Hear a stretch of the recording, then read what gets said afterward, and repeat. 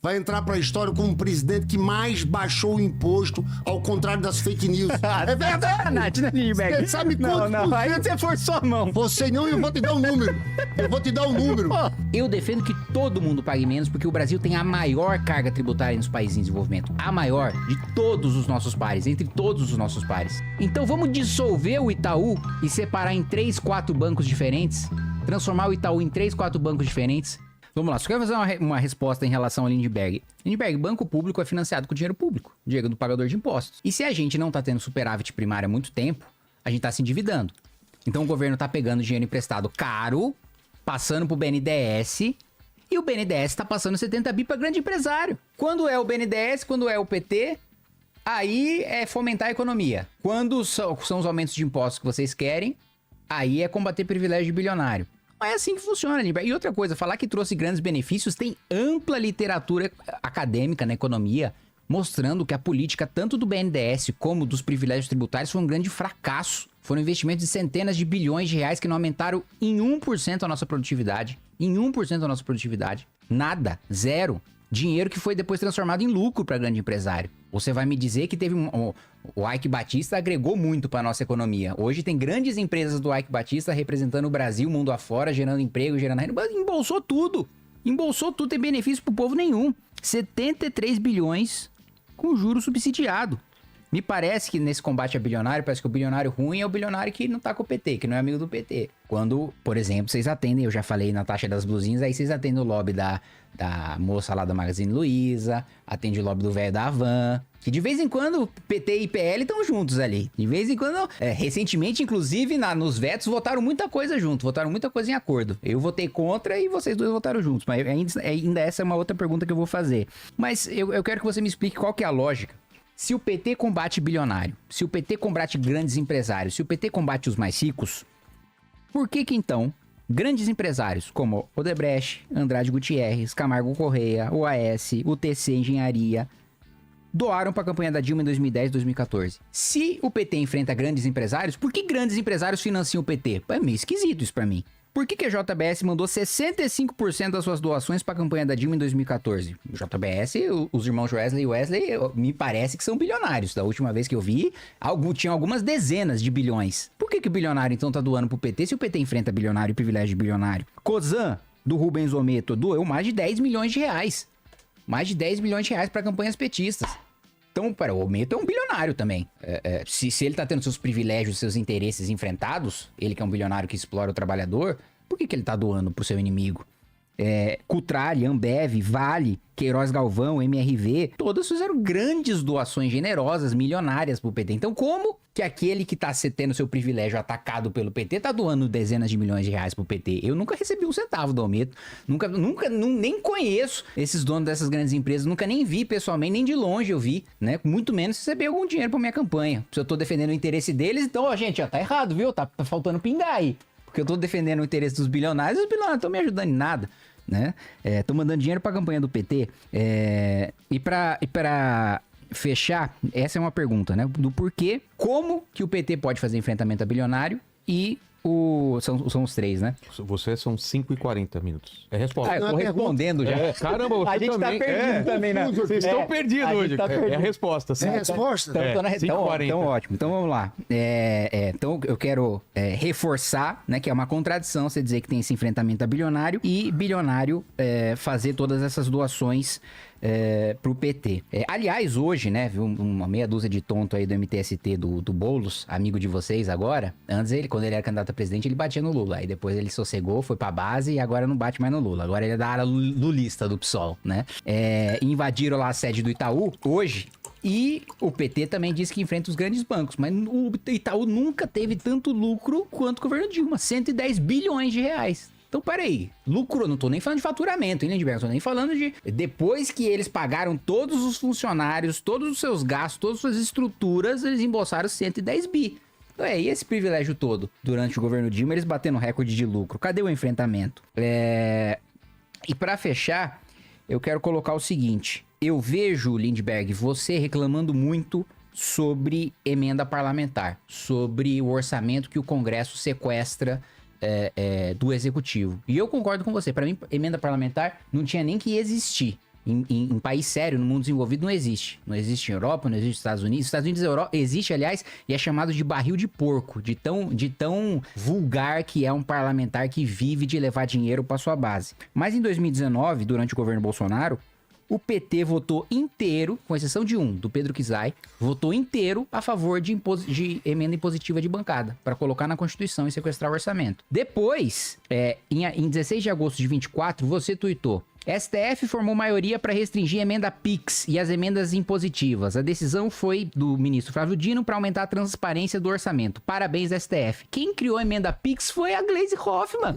Ela é a autora da emenda constitucional da emenda PIX. Ela criou e o Aécio relator. Ela é autora, Aécio relator. E agora você critica como se o PT não tivesse nada a ver nem com a emenda impositiva que o PT votou a favor durante o governo Bolsonaro e nem com a emenda PIX, que foi o PT que criou. Primeiro o seguinte, viu, Kim? Vamos direto aos pontos. O BNDES não é que seja um peso pro Estado, pro governo brasileiro, não. Não é o governo que tá dando dinheiro. Traz dividendos pro governo federal, que o BNDES dá lucro.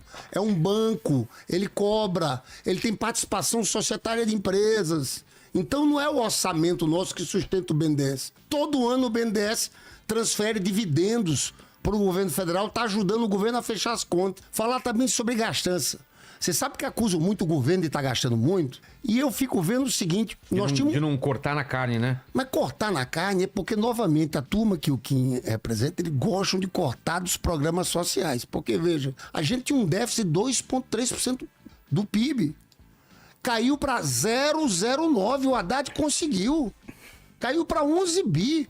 Foi um aperto muito grande. Por isso que eu volto a dizer, a questão agora é quem vai pagar a conta um pouco mais. A gente não acha justo que sejam dos mais pobres de programas sociais. A gente acha justo ter uma coisa mais igualitária aqui. Olha, em relação ao Itaú, o Quinto, deixa eu só te falar uma coisa. Teve um período que tinha financiamento privado de campanha. Ajudavam todo mundo, mas, na verdade, eu vivi muito no Senado aquele processo do golpe, que eu considero golpe contra Dilma. Houve uma coalizão econômica e política ali, que queriam implantar um outro projeto. Então você citou o nome de um bocado de gente aqui, que não é verdade, que são mais simpáticos a gente. A gente já sentiu o peso dessa elite econômica contra um projeto de inclusão social. Mas doou milhões pra vocês. E vai ver do outro lado, vai ver quanto é que tinha ajudado a campanha do Aécio. Não. Era o modelo que existia de financiamento. Vai atrás do outro lado. Foi mais pra vocês. Foi. JBS, 65% foi pra vocês. Eu duvido. Tem alguém... Te mostro. Ó, tem participação, tem gente dessa aqui que você citou, não quero entrar em nome, que teve participação ativa no golpe pra tirar a gente do poder. No golpe contra Dilma. Agora, vamos lá, você falou do Itaú. Então vota na proposta nossa. Quer dizer, Itaú, você está ganhando muito dinheiro, você é banco. Nós estamos no capitalismo, você vai continuar ganhando muito dinheiro. Só que agora os juros sobre capital próprio, que é uma espécie de isenção que você está tendo, não vai ser desse jeito. Sabe quanto é que só isso aqui a gente pode aumentar de arrecadação? 5 bi. É melhor fazer isso do que tirar do aposentado. É melhor fazer isso do que tirar da saúde e da educação.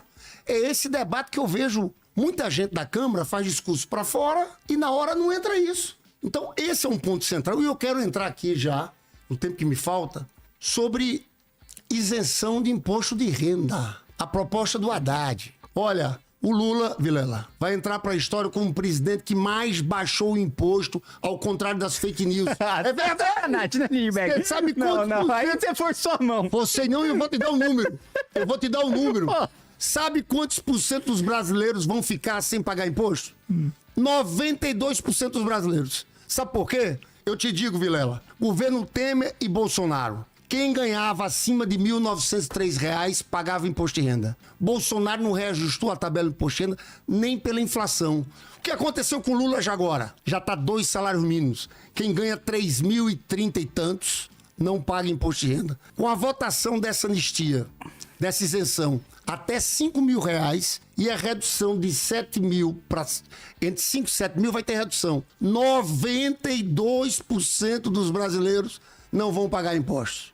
É claro que a compensação que a gente quer é o quê? Que tem uma tributação maior dos ricos. Porque sabe o que acontece? Eu falei aqui já da professora do Gari, que pagam 27,5%. Eu já falei deles. Mas é o seguinte, essa turma... Nós estamos falando de 140 mil pessoas só pela proposta do Haddad que contribuiriam. 0,06%. Sabe o que é que o Haddad e o Lula estão querendo? Que paguem entre 2,5% a 10%, é muito pouco. Sabe quanto é nos Estados Unidos? Os mais ricos? Quanto? 37,5%. Na Europa, 40%. Então, essa é a realidade. Eu quero saber, Kim, se você vai votar a favor desse projeto. Lindbergh, anota aí pra você estar esquecendo de me responder. Emenda Pix. Ah, vou falar sobre Você isso. criticou. Quem Não. criou? Foi a Gleice. A Gleice estava errada? Não. A Gleice cometeu um erro Não, grave eu vou te ao criar explicar o que a é isso emenda aí. Pix. Tá. Emenda impositiva de bancada. PT errou ao votar a favor, a constitucionalizar a impositividade dessa emenda. Eu acho que só o deputado Pedro Kizai, e eu parabenizo ele do PT, votou contra, e eu acho que ele acertou. E todo o resto do PT errou. Você concorda comigo? Todo o resto do PT votou errado, fez mal. Nós eu somos acho. contra isso. Eu E acho. a emenda Pix da Gleice é diferente. Eu vou te explicar. Não, o que nós quem? Porque o PT inteiro votou a favor da PEC, menos o Kizai. Então você pode ser, não sei o resto dos seus colegas. Seus colegas da leitura passada votaram a favor. Mas agora eu preciso te responder também, né? Você colocou sobre... porque o Bolsonaro não reajustou nem pela inflação. Nos 16 anos que o PT ficou no poder, também não teve reajuste da tabela nem pela inflação. Você está enganado. Vocês- Você é bom de número, aí você está enganado. Vocês Teve arrecadaram- 1, 2 ou 3 anos que não houve. Você está enganado. Você, 1 ou 2 ou 3 anos, É? a maior parte dos anos. Não é De verdade. 1, 2 ou 3. Não é verdade. A maior parte dos anos. Não Primeiro é que verdade. De 1 para 2 para 3 é muita coisa. É, não. E terceiro que na maior parte dos eu tô anos... dizendo a você que você está errado Não, nesses eu vou números. te falar, olha... Eu peço a Mansur aí daqui para aqui já para levantar aqui, Vamos que é lá. fácil levantar. Ó, E eu vou te mostrar. É claro. Não, você tem que pedir pra assessoria mesmo. É. Tem pra isso.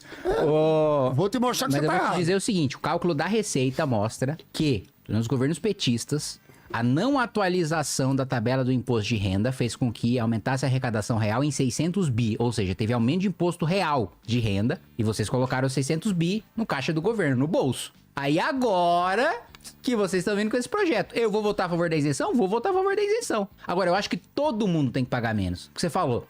Porque a Europa é tanto, os Estados Unidos é tanto, e a tributação no consumo deles. Vamos cortar aqui também o do consumo para ser igual ao dos Estados Unidos. Claro. A tributação do consumo, você concorda que tem que ser a mesma alíquota dos Estados Unidos, a mesma alíquota E aumentar a renda e da propriedade. Alemanha, né? Aí sim, quando a gente tiver produto baratíssimo e a gente não estiver assaltando metade o bolso do trabalhador na consumação, aí nós vamos conversar. Porque acho que a diferença fundamental, Lindbergh, entre meu debate, mim e você, nessa questão é o seguinte: eu defendo que todo mundo pague menos porque o Brasil tem a maior carga tributária nos países em desenvolvimento. A maior de todos os nossos pares, entre todos os nossos pares. Inclusive os mais ricos pagam menos. Inclusive. Não vão pagar nada, já não pagam quase nada. Inclusive. Mesmo porque você falou, por exemplo, do Itaú. Aí você falou, mas você vai votar juros sobre o capital próprio do Itaú? Eu vou fazer uma proposta que você vai achar que eu sou de extrema esquerda agora, Lindbergh, pra ver se de fato você quer enfrentar banco, de fato você quer enfrentar privilégio. Porque o que eu disse pra você, e eu repito, é o seguinte: não adianta aumentar imposto no banco se eles têm oligopólio, se eles têm o controle do mercado. Eles vão passar tudo pro lombo do trabalhador, como sempre passaram. Então vamos dissolver o Itaú e separar em 3, 4 bancos diferentes, transformar o Itaú em 3, 4 bancos diferentes, para concorrer entre si e proibir que o mesmo grupo econômico controle esses 3, 4 bancos diferentes. Aí sim a gente vai estar falando de mexer com interesse grande. Aí sim a gente vai estar falando em mexer com lucro de banco de verdade. Porque se for manter a regulamentação do Banco Central como sempre se manteve em todos os governos, inclusive nos governos petistas, vai repassar esse custo pro lombo do trabalhador. A mesma coisa IOF. Vocês falaram sobre o IOF de tributar em cima dos mais ricos. As grandes empresas não se afetam por isso, porque elas têm acesso ao mercado de capitais. Quem depende de banco na tributação de crédito no IOF é pequena e média empresa. O grande pega no mercado de capital, ele não depende de banco. Então vocês estão vocês falaram, né, nessa história do IOF, de tributar o mais rico, e na prática vocês estavam colocando nos médios e nos pequenos empresários. Obrigado por assistir até aqui. Se você gostou desse vídeo, deixe o like, comente e compartilhe. E para mais cortes como esse, se inscreva no canal.